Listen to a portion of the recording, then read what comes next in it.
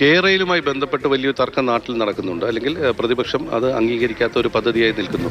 കേരളയിലുമായി ബന്ധപ്പെട്ട് എന്തെങ്കിലും ഒരു സാധ്യത ഇവിടെയെങ്കിലും വരുന്നുണ്ടോ? DPR മാറ്റി എഴുതണമെന്നുള്ളൊക്കെ ആവശ്യം തുടർച്ചയായി ഉന്നയിക്കുന്ന ഒരു മന്ത്രാലയമാണ് റെയിൽവേ മന്ത്രാലയം. എന്നാൽ മാത്രമേ ഞങ്ങളിത് പരിഗണിക്കുകയുള്ളൂ എന്നുള്ളത്. ഈ കേരളയിലുമായി ബന്ധപ്പെട്ട നിലപാടുകളിൽ എന്താണ്? ഇല്ല, കേരളയിൽ നിലപാട് ശക്തമായ രണ്ടഭിപ്രായമുണ്ട്.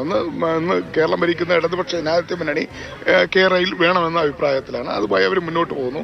ആ നിലപാട് മാറ്റാൻ അവർ തയ്യാറായിട്ടില്ല. പക്ഷേ അത് വേണ്ട, നിലവിലുള്ള റെയിൽവേ ശക്തിപ്പെടുത്തുക, സ്ട്രെങ്തൻ ചെയ്യുക, കൂടുതൽ വേഗത്തിലാക്കാനുള്ള ട്രെയിനുകളുടെ ഓട്ടം വേഗത്തിലാക്കാനുള്ള പ്രവർത്തനങ്ങൾ നടത്തുക, അതിനുള്ള പദ്ധതികൾ ആവിഷ്കരിക്കുക എന്നുള്ളതാണ് പ്രതിപക്ഷം, ഞങ്ങളടക്കമുള്ള പ്രതിപക്ഷം ആവശ്യപ്പെടുന്നത്.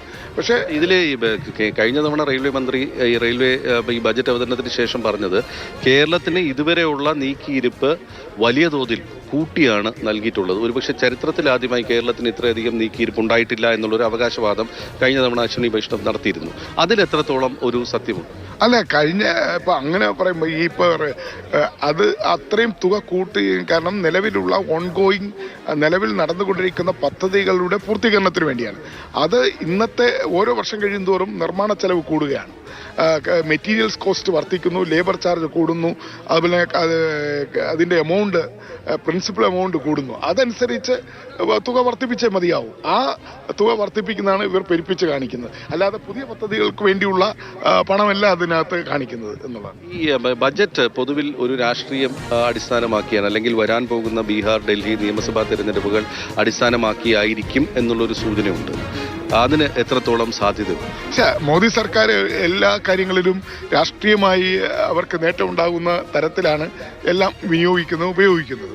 ബഡ്ജറ്റും അങ്ങനെ തന്നെയാണ് അവർ ഉപയോഗിക്കുന്നത് എന്നുള്ള കാര്യത്തിൽ സംശയമില്ല.